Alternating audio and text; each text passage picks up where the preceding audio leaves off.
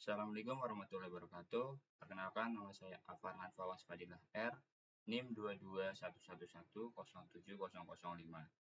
Saya akan mempresentasikan tentang pelanggaran etika profesi pada kasus Indonesia Corruption Watch atau ICW di kantor akuntan publik KAP. Slide yang pertama, pendahuluan. Profesi auditor memiliki peran sentral dalam memastikan keandalan laporan keuangan perusahaan. Mereka bertanggung jawab untuk melakukan audit secara independen, memastikan kesesuaian dengan standar akuntansi keuangan (SAK), namun pelanggaran etika sering terjadi, terutama disebabkan oleh stres kerja.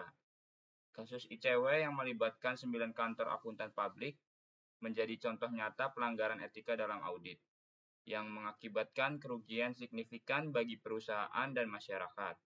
Pentingnya menjaga integritas dan etika dalam profesi auditor menjadi perhatian utama, guna memastikan kepercayaan publik terhadap laporan keuangan dan profesi akuntan secara keseluruhan.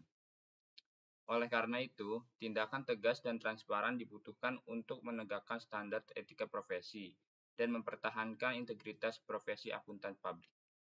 Slide selanjutnya, rumusan masalah. Yang pertama, bagaimana etika profesi penting bagi seorang auditor.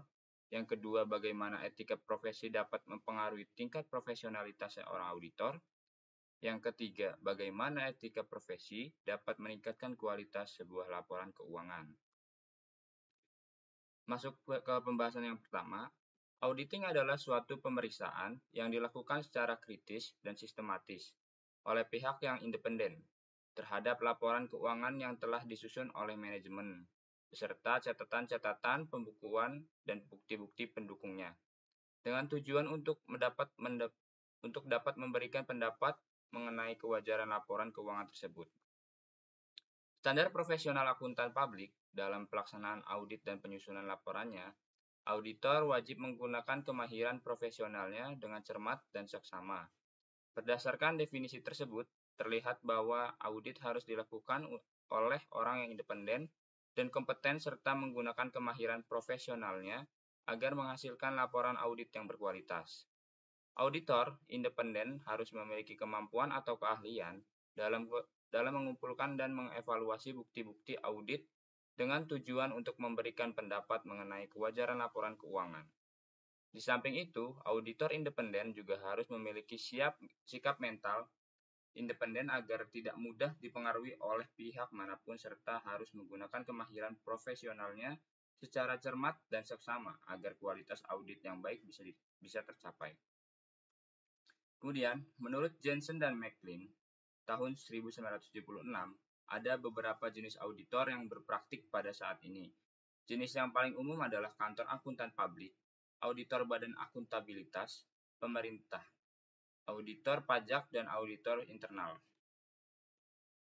Kemudian, menurut Agus tahun 2017, menjelaskan pengertian etika, yaitu etika berasal dari kata Yunani ethos, yang artinya adat istiadat atau kebiasaan, perasaan batin, kecenderungan hati untuk melakukan perbuatan menjadi bagian dalam ilmu filsafat yang mencakup metafisika, kosmologi, psikologi, logika, hukum, sosiologi, ilmu sejarah, dan estetika, yang mengajarkan tentang keluhuran budi baik dan buruk. Nilai-nilai yang menjadi pegangan seseorang atau kelompok dalam berperilaku baik atau buruk, norma tingkah laku, tata cara melakukan, sistem perilaku, tata krama, kode etik, kesusilaan, kebenaran dalam pikiran, tingkah laku, dan perbuatan. Etika dapat didefinisikan secara luas sebagai seperangkat prinsip-prinsip moral atau nilai-nilai.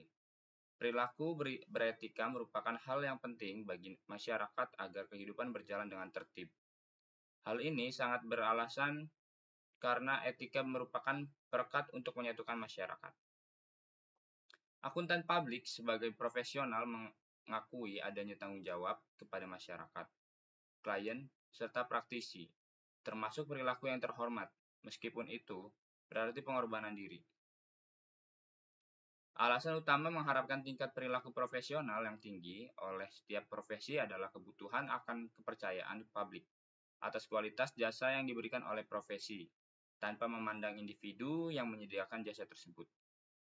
Berdasarkan uraian di atas, maka dapat disimpulkan bahwa etika merupakan prinsip moral yang menjadi dasar landasan bagi setiap orang dalam menjalankan tugas dan tanggung jawabnya. Kemudian, kesimpulan dari eh, judul kali ini, yang pertama adalah audit, proses pemeriksaan kritis dan sistematis yang dilakukan oleh pihak independen terhadap laporan keuangan suatu entitas dengan tujuan memberikan pendapat mengenai kewajaran laporan keuangan tersebut. Yang kedua, auditor harus independen, kompeten, dan menggunakan kemahiran profesionalnya dengan cermat dan seksama agar dapat menghasilkan laporan audit yang berkualitas. Yang ketiga, terdapat beberapa jenis auditor yang berpraktik pada saat ini, antara lain Kantor Akuntan Publik (KAP), Auditor Internal Pemerintah, Auditor Badan Pemeriksaan Keuangan, Auditor Pajak, dan Auditor Internal. Yang keempat, etika merupakan seperangkat prinsip moral atau nilai-nilai yang menjadi pedoman dalam perilaku individu atau kelompok. Etika berperan penting dalam menjaga profesionalisme dan integritas auditor dalam menjalankan tugasnya. Yang kelima, akuntan publik memiliki tanggung jawab moral kepada masyarakat, klien, dan praktisi lainnya untuk menjaga perilaku yang terhormat dan beretika tinggi dalam menjalankan tugas dan tanggung jawab profesinya. Saran, yang pertama, perusahaan dapat mengadakan kolaborasi dengan auditor dari perusahaan lain agar para auditor dapat saling berbagi pengalaman dan pengetahuan untuk meningkatkan kualitas diri. Yang kedua, perusahaan dapat mengadakan sosialisasi tentang kode etik perusahaan kepada para auditor, agar para auditor dapat lebih memperhatikan betapa pentingnya etika pada saat bekerja. Oke, sekian dari saya, kurang lebihnya mohon maaf. Wassalamualaikum warahmatullahi wabarakatuh.